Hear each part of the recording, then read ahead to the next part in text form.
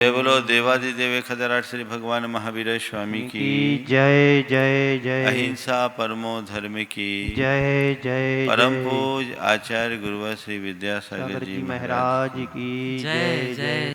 धरती में बीज बोते हैं, मृदु माटी का संसर्ग पाकर बीज अंकुरित होता है, पल्लवित होता है, पुष्पित होता है, एक वृक्ष का रूप धारण करता है, उसमें फूल और फल लगते हैं, तब कहीं जाकर बीज सार्थक होता है। बीज की सार्थकता वृक्ष के रूप में विकसित होकर पुनः फूल और फलवान होने में है। हमारे जीवन की भी सार्थकता तभी है जब हम अपने जीवन में जीवन मूल्यों का विकास करें। जब कभी भी मनुष्य के जीवन की बात करते हैं, हर व्यक्ति अपने जीवन में विकास चाहता है।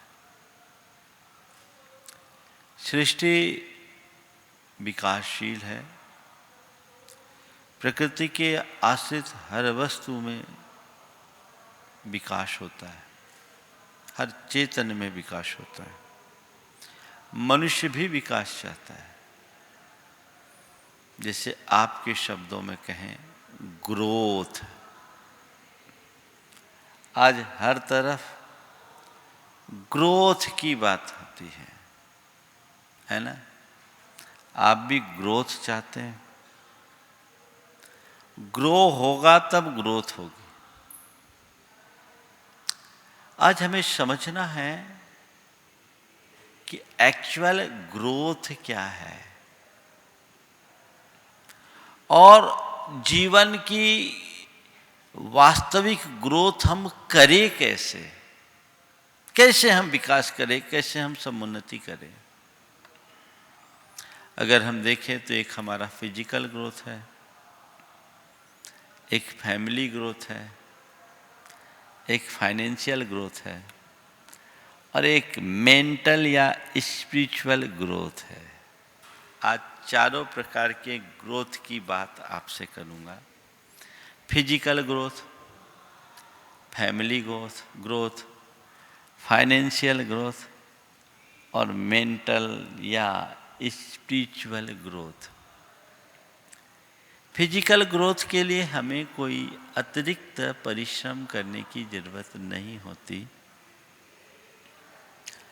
जन्म लेने के बाद प्रकृति के सहारे हमारा स्वाभाविक विकास होता है। जो जो उम्र बढ़ती है हमारे शरीर का विकास होता है। एक अवस्था तक जाकर हमारे शरीर में ग्रोथ होती है, विकास होता है, फिर स्थिर हो जाते हैं। इसके बाद कुछ समय तक हम एक से बने रहते हैं, फिर धीरे धीरे सैचुरेशन शुरू होता है, ह्रास शुरू होता है, ह्रासमेंट शुरू होता है और धीरे धीरे जिस क्रम से ग्रोथ हुई उसी क्रम से शरीर क्षीण होने लगता है, दुर्बल होने लगता है और कभी एकदम सबल और पुष्ट देखने वाला शरीर भी बुढ़ापे की दहलीज तक पहुँचते पहुँचते दुर्बल और कमजोर दिखने लगता है। हम क्षीण काय बन जाते हैं, है ना? ये एक ग्रोथ है जो नेचर ने ग्रोथ दिया और नेचर ने ही उसे लील लिया। ये सबके साथ है, संसार के हर प्राणी के साथ है। जो जो ग्रोथ हुई हमारी पावर बढ़ी, लेकिन धीरे धीरे धीरे धीरे एक समय ऐसा आता है कि अच्छे अच्छे पहलवान भी लाचार हो जाते हैं, बुढ़ापे में उन्हें चलने के लिए भी लाठी या दूसरों का सहारा लेना पड़ता है ना ये ग्रोथ। ठीक, फिजिकल ग्रोथ, उसके लिए तुम्हें करने की कुछ जरूरत नहीं, वो स्वाभाविक होगी, लेकिन ये मान करके चलना, ये ग्रोथ स्थायी नहीं है। ये ग्राफ ऐसे जाके ऐसे आएगा, जिस हिसाब से चढ़ोगे कुछ समय समान रहोगे, अब फिर नीचे आओगे। ये प्रकृति का शाश्वत सिद्धांत है, नियम है, इससे कोई भी बच नहीं सका। दूसरे क्रम में है फैमिली ग्रोथ। एक से एक मिलते हैं, एक से एक के जुड़ने के बाद सहज रूप से संतति की शुरुआत हो जाती है, और जब संतति बढ़ना शुरू करती है तो धीरे धीरे धीरे धीरे धीरे धीरे परिवार का भी विकास होता जाता है। एक से शाखा प्रशाखाएं छूटती जाती है। पुराने जमाने में एक के अनेक संतान होते थे तो उनकी वंशावली दिखती थी। अभी भी कई लोग अपने घरों में अपनी वंशावली लगा के रखते हैं। यह उनकी फैमिली ग्रोथ का एक प्रदर्शन है, झांकी है। एक से बढ़ते बढ़ते बढ़ते बढ़ते शाखा प्रशाखा का विस्तार पाते पाते एक बड़ा वृक्ष बन गया। होता है एक से अनेक, फलते फूलते हैं। इसके लिए भी कोई बहुत अतिरिक्त प्रयत्न करने की जरूरत नहीं होती। लेकिन आपने कभी विचार किया, फैमिली की ग्रोथ भले भले हो जाए, पर उस ग्रोथ को जन्म देने वाले टिकते नहीं है। अपनी वंशावली में देखो, तुम्हारे दादा परदादा सरदादा, ज्यादातर लोगों को तो अपने परदादा का भी नाम पता नहीं है, और परदादा तक फिर भी हो, उससे ऊपर ग्रोथ किसकी है? फैमिली की ग्रोथ तो फैमिली के जन्मदाता से जोड़ो। पर जिसके आधार पर हम चल रहे हैं वही गोल है, उसका ही अता पत्ता नहीं। तो जब हमारे दादा परदादा सरदादा का हमें पता नहीं, तो कल हमारा भी पता नहीं होगा। ये तो स्वाभाविक है। होगा कि नहीं होगा? जब हमें हमारे पुरखों का पता नहीं, तो हमारे वंशजों को हमारा भी पता नहीं होगा, है ना? फिर ये ग्रोथ कैसा? फैमिली का ग्रोथ केवल इसमें है कि एक शाखा दूसरी शाखा को प्रकट करे और खुद विलुप्त हो जाए। ये चलता आ रहा है। हमारे पुरखों ने हमें जन्म दिया, वो विदा हुए और ये कह दिया कि तुम्हें भी एक दिन विदा होना है। बस परिपाटी को आगे बढ़ा दो, इससे अन्य शाखाएं और प्रकट कर दो। ये पेड़ चलता रहेगा, ये वंश वृक्ष बना रहेगा। लेकिन ध्यान रखना, वंश कितना भी बड़ा है, रहेगा केवल अंश। वंश कितना भी बड़ा क्यों ना हो, रहेगा केवल और केवल अंश। बात करते हो वंश की, बचता है केवल अंश, सबका हो जाता है ध्वंस, है ना? एक दिन तो सब ध्वंस होगा, बचेगा अंश। तो फिर ये फैमिली ग्रोथ की बात मैं क्या करूं? करो ग्रोथ, इस पर भी ज्यादा बात करने की जरूरत नहीं है। तीसरी ग्रोथ जिस पर आज के लोगों का सबसे ज्यादा ध्यान या फोकस है, वो क्या है? फाइनेंशियल ग्रोथ, है ना? किसी के बारे में बोलते हैं, अरे इसने बड़ा अच्छा ग्रोथ किया, अपने जीवन में बड़ा ग्रोथ किया। ठीक है, क्या किया ग्रोथ के नाम पर? पहले इसके पास कुछ साधन नहीं थे, अभाव था, अल्पता थी। अब इसका अच्छा घर हो गया, अच्छा बंगला हो गया, बढ़िया गाड़ी हो गई, लोग अब इसको बहुत जानने लगे, बिजनेस सेटअप बहुत अच्छा हो गया, मार्केट में इसकी एक नई पहचान बन गई। ये ग्रोथ है ना? फाइनेंशियल ग्राफ बढ़ा यानी ग्रोथ हुआ, है ना? फाइनेंशियल ग्राफ बढ़ा, ग्रोथ हो गया। देखा जाए तो ऊपरी तौर पर यह ग्रोथ दिखती है, पर भैया ये तो देखो ये कितनी टिकती है। बहुधा लोग जो फाइनेंशियल ग्रोथ करते हैं, कई बार वे वापस नीचे भी आ जाते हैं, और कई नीचे आके चढ़ भी जाते हैं, और कई नीचे गिरते हैं तो कभी उठ नहीं पाते हैं। लेकिन हो सकता है कई लोगों का फाइनेंशियल ग्रोथ स्टेबल रहे, वो बढ़ते जाए बढ़ते जाए बढ़ते जाए, ग्रेजुअली वो बढ़ते जाए बढ़ते जाए बढ़ते जाए।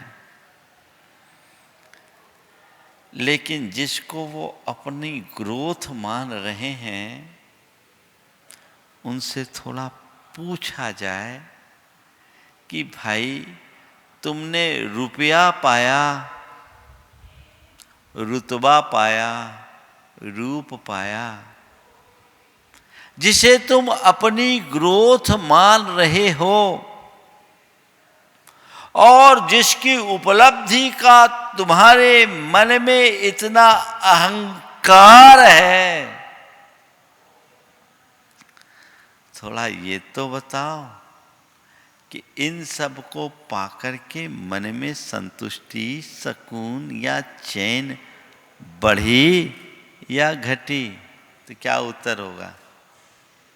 हाँ, ये घटा कि बढ़ा?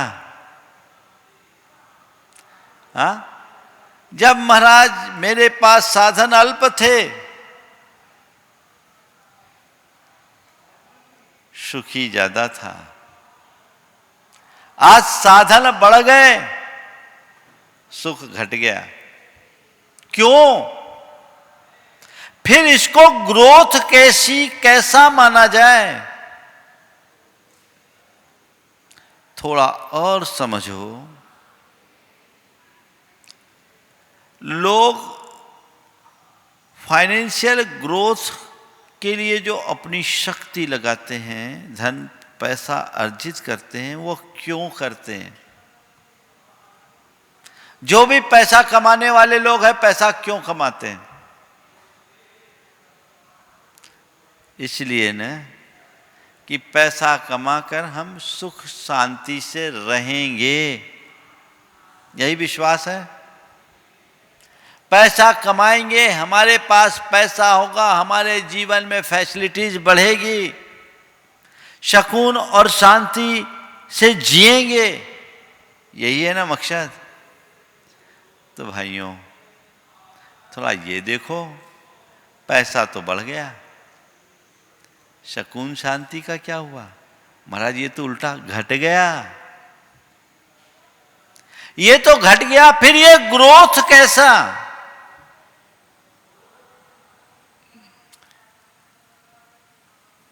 अगर फल न मिले तो सब निष्फल है, व्यर्थ है। एक माली के मन में बड़ी प्रबल भावना थी कि पारिजात का फूल स्वर्ग में खिलता है, धरती में भी उगे। उसने अपने घर के आंगन में पारिजात का पेड़ लगाया, रात दिन उस पेड़ की सेवा में लगा रहा। देखते ही देखते उसके परिश्रम से वो पेड़ उगाया, बढ़ गया, बड़ा हो गया। जो जो पेड़ बड़ा हो उसकी उम्मीदें भी बढ़ते जाएं।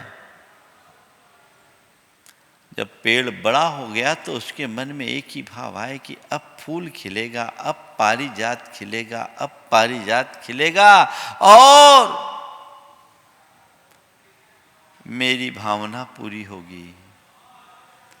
लेकिन क्या हर सुबह उठता, पेड़ को निहारता, लेकिन वहां फूल का कोई नाम निशान नहीं होता, कहीं कोई फूल नहीं दिखता। अब वो क्या करे, निराश हो जाता।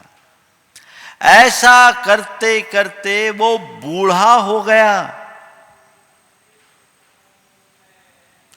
एक रोज किसी संत का वहां आगमन हुआ। उसने अपने मन की व्यथा संत प्रवर के चरणों में प्रकट की और कहा, गुरुदेव मेरा परिश्रम कब फलेगा? ये पेड़ अभी तक फूल नहीं रहा है, ये कब फूलेगा? संत ने अपनी योग दृष्टि से उस पेड़ को देखा और कहा, वत्स ये पेड़ कभी नहीं फूलेगा, ये पेड़ कभी नहीं फूलेगा। वो व्यक्ति एकदम चकरा गया। गुरुदेव आखिर ऐसा क्या हो गया, ये पेड़ क्यों नहीं फूलेगा? तो संत ने कहा, बस ये पेड़ बांझ है, बांझ पेड़ बढ़ तो सकता है, फूल नहीं सकता। ये पेड़ बांझ है, बांझ पेड़ बढ़ तो सकता है, फूल नहीं सकता। ये सुनते ही उसके मुख से केवल एक वाक्य निकला, हाय मेरा पूरा जीवन एक बांझ पेड़ की सेवा में बीत गया। हाय मेरा पूरा जीवन एक बांझ पेड़ की सेवा में बीत गया। मैं समझता हूं फाइनेंशियल ग्रोथ एक ऐसी ही ग्रोथ है जिसमें वृद्धि दिखती तो है पर फल की प्राप्ति नहीं होती। संतुष्टि नहीं, समृद्धि है, संतुष्टि नहीं। सुविधा है, शांति नहीं। अनुकूलता है, प्रसन्नता नहीं। इसका क्या लाभ? फाइनेंशियल ग्रोथ करो, मुझे आपत्ति नहीं। पेड़ उगा है, बढ़े, पर खिले भी फले भी। अपने मन का अंतर विश्लेषण करके देखो, तुम्हारे जीवन वृक्ष की वृद्धि हुई है, फाइनेंशियली तुम बड़े स्ट्रांग हुए हो, तुम्हारी ग्रोथ भी हुई है, पर उसका कुछ लाभ मिल रहा है या सब यूं ही व्यर्थ जा रहा है? अपने मन से पूछ करके देखना है। मैंने पैसा कमाया, पर जिसके लिए कमाया वो कितना पाया। कैसी विडंबना है कि इस ग्रोथ के चक्कर में व्यक्ति ऐसे मुग्ध हो जाते हैं कि मूल ऑब्जेक्टिव ही खत्म हो जाता है, अपना गोल ही गोल हो जाता है। किसके लिए? फाइनेंशियली स्ट्रांग बनिए, कोई बुराई नहीं, आपकी ग्रोथ हो, अच्छी बात है, लेकिन उसका फल भी मिलना चाहिए। तुमने जितनी सुविधाएं एकत्रित की, उतनी ही तुम्हारे मन में शांति भी होनी चाहिए। तुमने जितनी सुविधाएं एकत्रित की, उतनी ही शांति भी होनी चाहिए।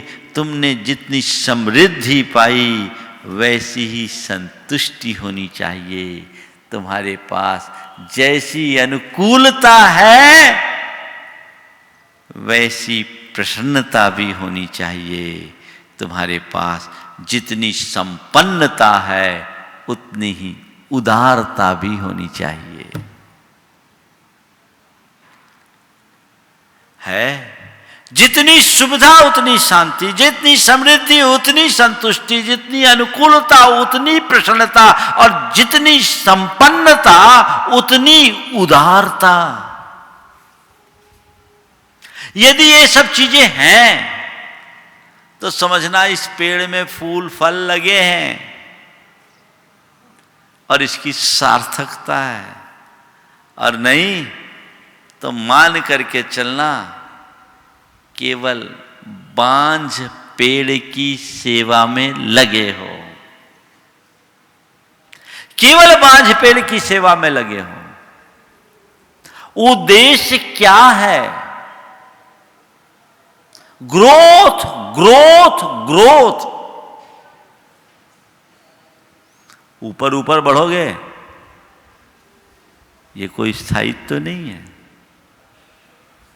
गहराई भी जुड़नी चाहिए, फल दिखना चाहिए, संपन्नता के साथ प्रसन्नता दिखनी चाहिए। अगर वो नहीं तो सब व्यर्थ।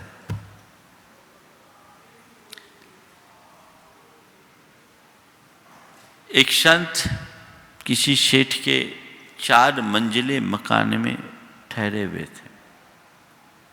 लकड़ी का मकान था। अचानक मकान में आग लग गई। आग की लपटें देखकर सब लोग बाहर निकल आए। फायर ब्रिगेड के लोग आए, मकान की आग बुझाने लगे।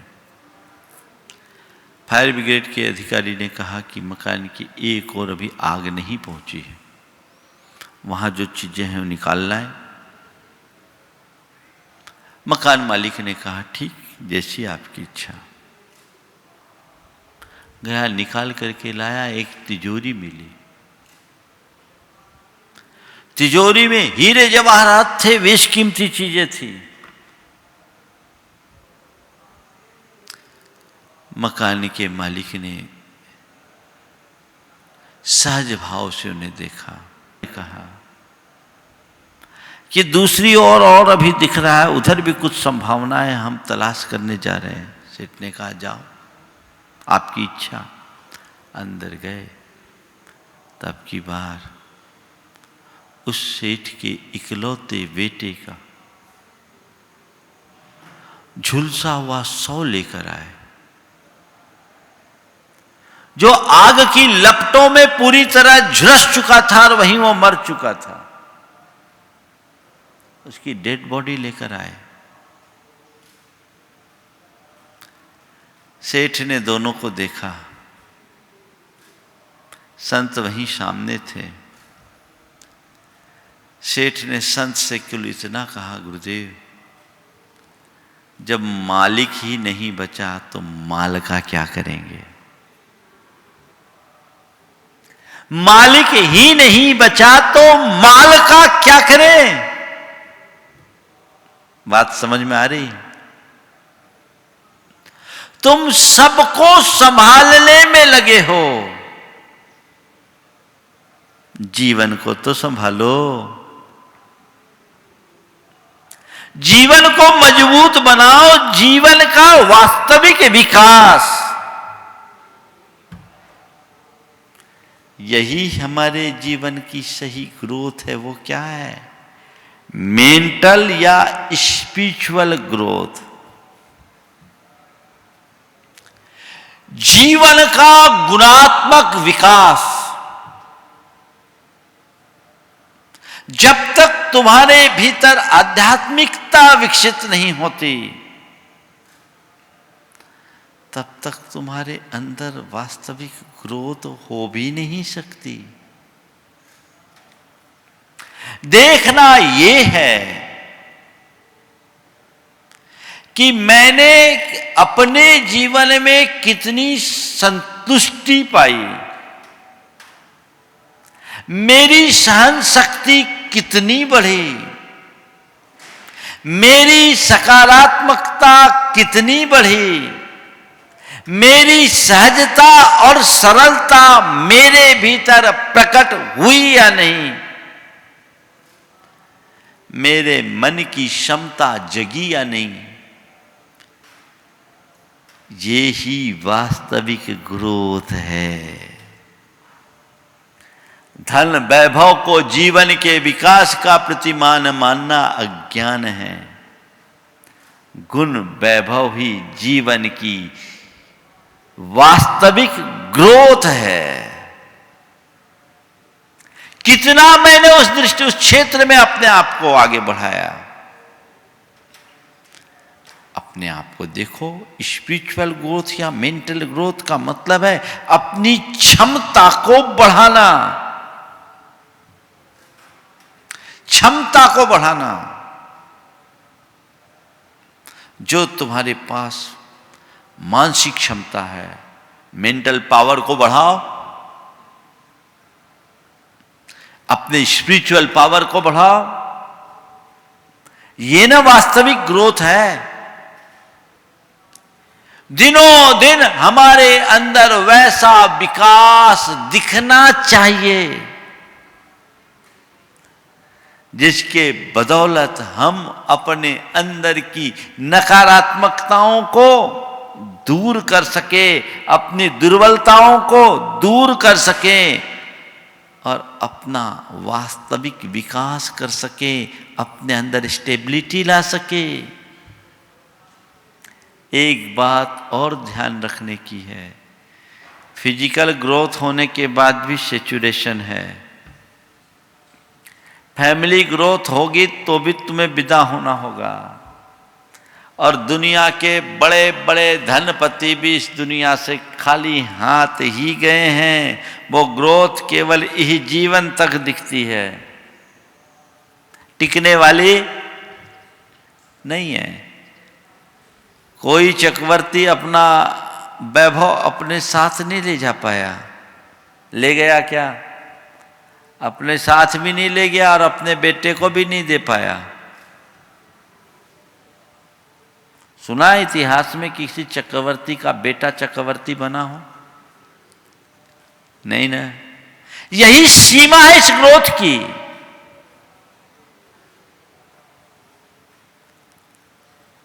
तो फिजिकल ग्रोथ, फैमिली ग्रोथ और फाइनेंशियल ग्रोथ, ग्रोथ के बाद उनका डाउनफॉल होगा। लेकिन जो स्पिरिचुअल ग्रोथ है वो एक बार ग्रो हो गया तो बस ग्रोथ ही ग्रोथ है। वहां डाउनफॉल होने की कोई संभावना नहीं। समझ गए? फाइनेंशियल ग्रोथ है वो बारिश के पेड़ की तरह है और स्पिरिचुअल ग्रोथ बरगद के पेड़ की तरह। क्या अंतर है दोनों में?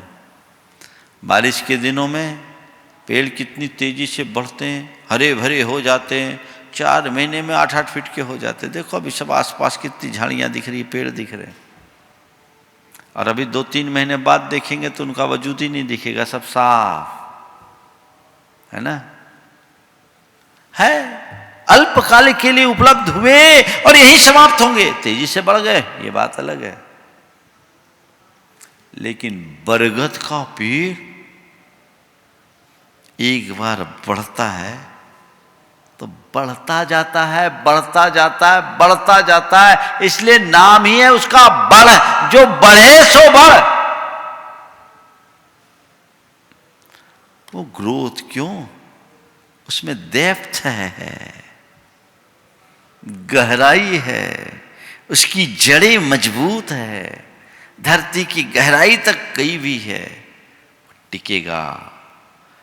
तो ये स्पिरिचुअल ग्रोथ है जो हमें अंदर से शक्ति संपन्न बनाए, जो हमें अंदर से मजबूत बनाए, हर परिस्थितियों को झेलने में समर्थ बना दे। हो सकता है जो व्यक्ति स्पिरिचुअली स्ट्रांग हो वो संपन्न ना हो, पर प्रसन्न जरूर मिलेगा। रिचनेस ना हो, हैप्पीनेस जरूर होगी। और ये भी ध्यान रखना है, जब तक हम अपने अंदर की क्षमताओं को विकसित नहीं करते तब तक स्थायी संतुष्टि और प्रसन्नता प्रकट हो भी नहीं सकती। ये आंतरिक चीजें हैं, तो हमें उस ग्रोथ की तरफ देखना चाहिए। मैं कितना आगे बढ़ा, मुझ में क्या उपलब्धियां हुई, इसका कभी विश्लेषण किया?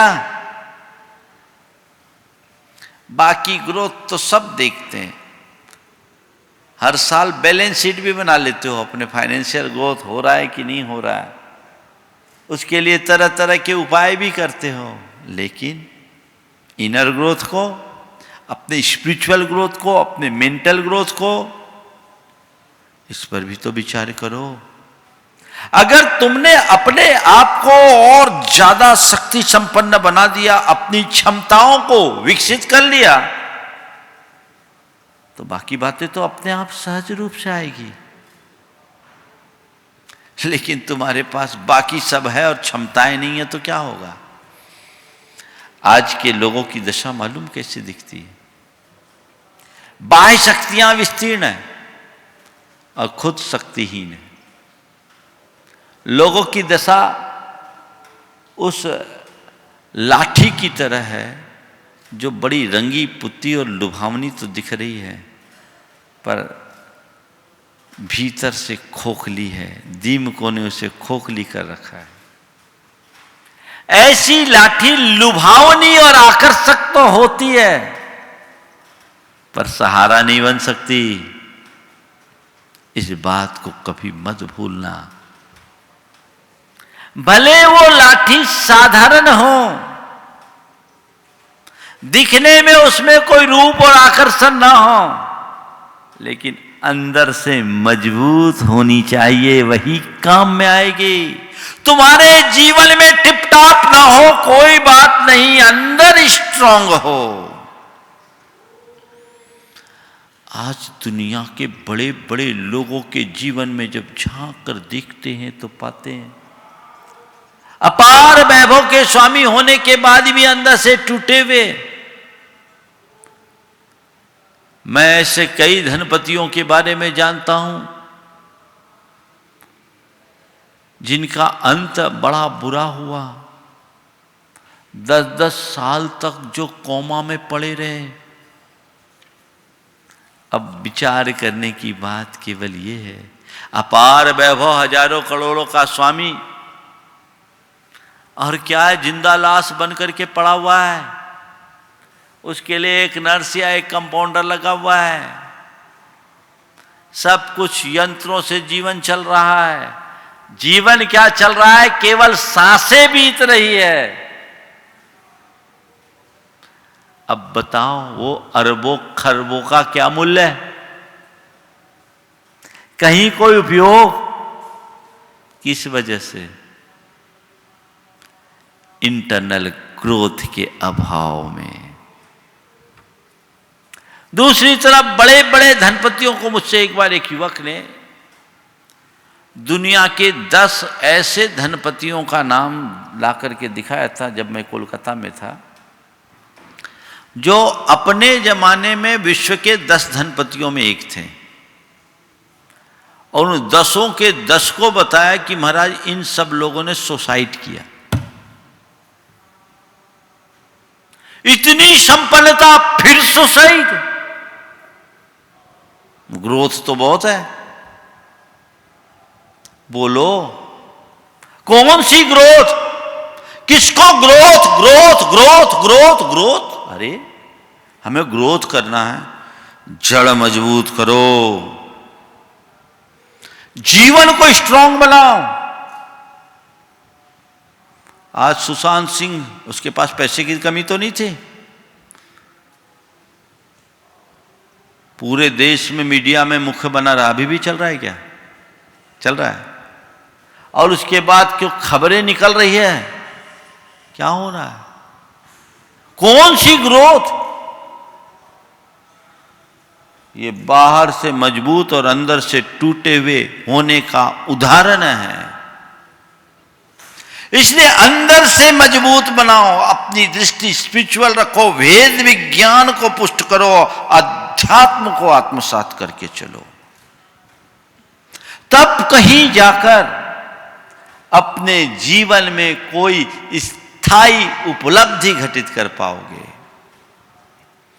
लेकिन क्या करें, बचपन से ही सबको प्रेरणा ये दी जाती है, अच्छा पढ़ो लिखो, अच्छी नौकरी करो, अच्छा पैकेज पाओ, जॉब करो, बिजनेस करो, पैसा कमाओ पैसा कमाओ पैसा कमाओ। अरे माना पैसा कमाना आवश्यक है, पर जिंदगी केवल पैसा कमाने से नहीं चलेगी। केवल पैसे का नाम जीवन नहीं है। जीवन के तत्वों को आत्मसात करो, अन्यथा आखिरी समय तुम्हारे मुंह से भी यही निकलेगा, हाय मेरा जीवन एक बांझ पेड़ की सेवा में बीत गया। ऐसा नहीं होना चाहिए। वैसी दृष्टि अपने अंतर में विकसित कीजिए, तब हम अपने जीवन में कोई स्थायी उपलब्धि घटित कर सकेंगे। तो कौन सा ग्रोथ? फिजिकल, फैमिली, फाइनेंशियल या स्पिरिचुअल? आप कहोगे महाराज सब होशियार होगा, वो भी हो, उसमें कोई आपत्ति नहीं, लेकिन मान करके चलना, बाहर का जो भी ग्रोथ है वो एक दिन छूटता है। आपने पेड़ को देखा, पेड़ बढ़ता है, पत्ते उगते हैं, कोपले फूटते हैं, फिर क्या होता है? वो झड़ जाती है, पीले पड़ करके झड़ जाती है। लेकिन पेड़ में फल होता है, फल भी पक करके झड़ता है, लेकिन अपने साथ बीज छोड़ कर जाता है। बात को थोड़ा ढंग से समझो। पेड़ के पत्ते पीले होकर के झड़ेंगे और व्यर्थ हो जाएंगे, लेकिन फल है तो जहां गिरेगा वहां बीज छोड़ कर जाएगा, और वो बीज दूसरे पेड़ को खड़ा कर देगा। बस तुम्हारी जितनी भौतिक उपलब्धियां हैं वो पेड़ के पत्ते की भांति है, कुछ दिन टिके रहेगी, फिर झड़कर गिर जाएगी, व्यर्थ हो जाएगी। लेकिन जो आध्यात्मिक उपलब्धि है वो जीवन वृक्ष का फल है, वो भी झड़ेगा लेकिन बीज छोड़ कर जाएगा तो फल आना चाहिए, तब तुम सफल कहलाओगे, अन्यथा निष्फल। फल प्राप्ति की तरफ दृष्टि हो, फल प्राप्ति की तरफ ध्यान हो, तो हम अपने जीवन को एक नई ऊंचाई देने में समर्थ होंगे। काश लोग ये समझ सके। लोग बहुत कमजोर हो रहे हैं अंदर से, बाहर की चीजों को देख देख करके लोग परेशान होते हैं। अब बाहर खूब आगे बढ़ो, पर भीतर मजबूत बनो, अपने आप को मजबूती प्रदान करो, अपनी मेंटल पावर को इंप्रूव करो, खुद को इंप्रूव करो, अपने अंदर इंप्रूवमेंट आना चाहिए, तब अपने जीवन के परम सार को आप सब प्राप्त कर सकोगे। वही वास्तविक सक्सेस है, वही सच्ची सफलता है, और वही यथार्थ उपलब्धि भी। लेकिन इस तरफ ध्यान ही कहाँ जा पाता है। संत कहते हैं अंततः विचार तो करना ही पड़ेगा, हम पर है, हम किसे महत्व देते हैं। अभी तक दुनियादारी में ही हम उलझे रहे, अब हमें अपने जीवन की समझ प्राप्त हुई है, तो हमें चाहिए कि हम अब समझदारी का परिचय दें और अपने जीवन में वो घटित करें जो आज तक नहीं कर सके।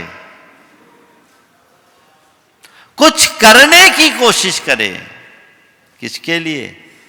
अपने लिए, अपने आध्यात्मिक विकास के लिए, अपने जीवन के निर्माण के लिए।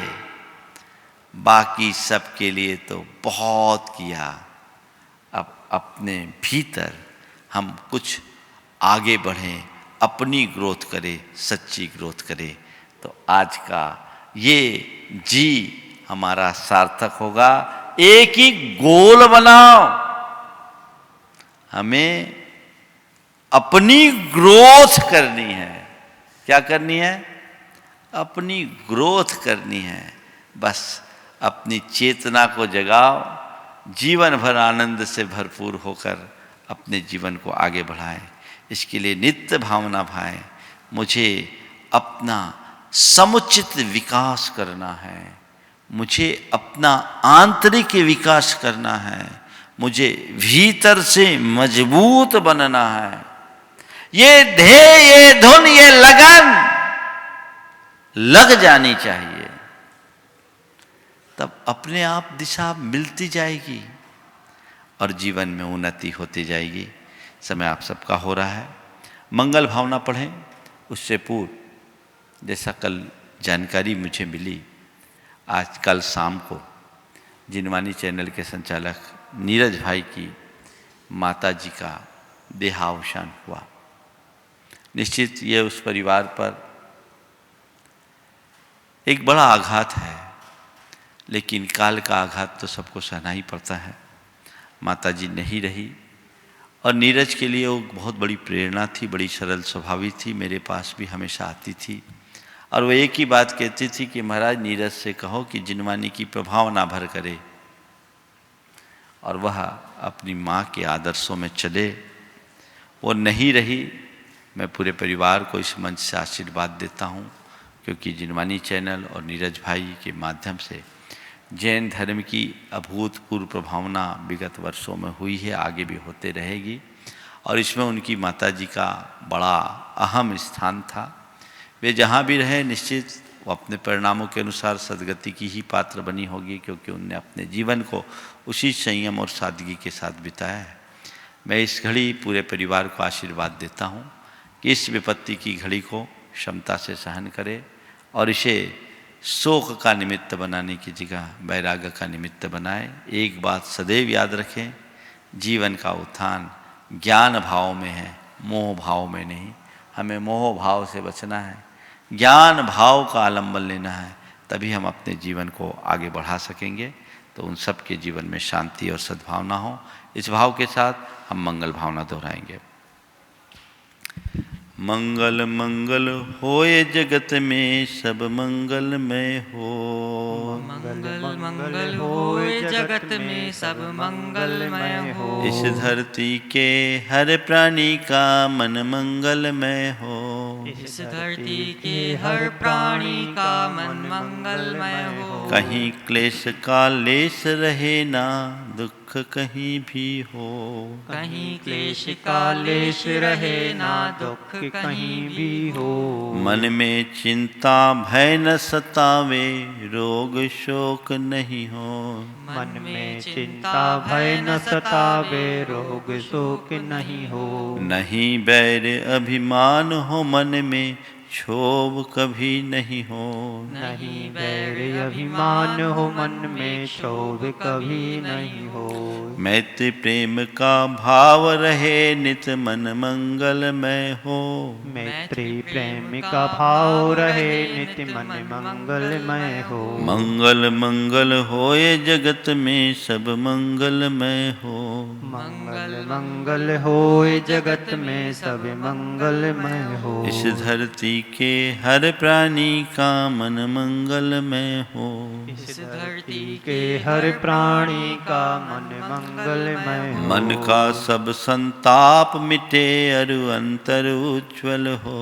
मन का सब संताप मिटे, अरु अंतर उज्जवल हो। राग देश और मोह मिट जाए, आत्म निर्मल हो। राग देश और मोह मिट जाए, आत्म निर्मल हो। प्रभु का मंगल गान करे, सब पापों का क्षय हो।